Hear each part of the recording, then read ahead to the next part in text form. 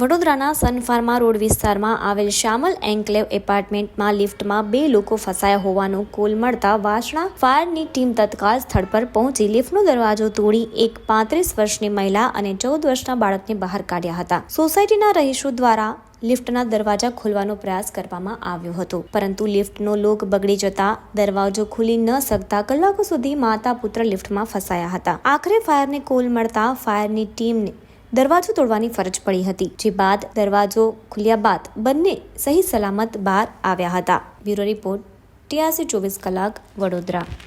શામલ એન્કલેવમાં લિફ્ટની અંદર માણસો ફસાઈ ગયા છે.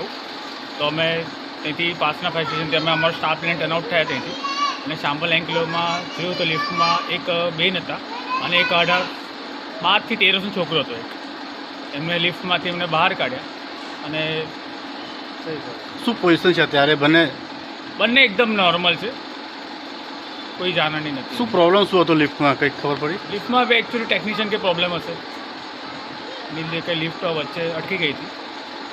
હવે લિફ્ટવાળા ભાઈને બોલાયા છે, એમને ખબર પડશે. હવે શું નામ આપણું? હિતેશ સાવરકર.